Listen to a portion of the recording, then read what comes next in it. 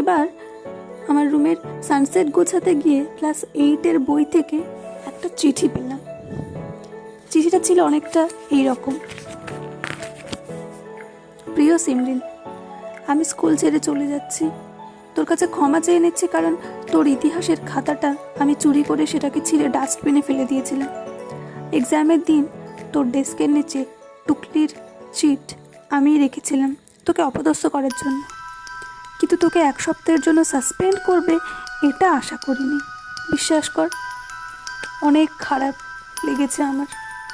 বাবার চাকরি বদলি হয়েছে, আমরা সবাই নতুন জায়গায় চলে যাব। আমাকে প্লিজ ক্ষমা করে দিস। ইতি, বিনোদিনী। বেশ হাসি পেল আমার। চিঠিটাকে বের করে সুন্দরভাবে ভাঁজ করে আমার ডায়েরির মাঝে রেখে দিলাম। বিনোদিনীর ডিটেলস ঠিক মনে পড়ে না, কেবল আবছা আবছা মুখটা মনে পড়ে। 9 বছরের পুরনো চিঠি, কি যেন একটা আছে ওই চিঠির মধ্যে। খুললাম চিঠিটাকে,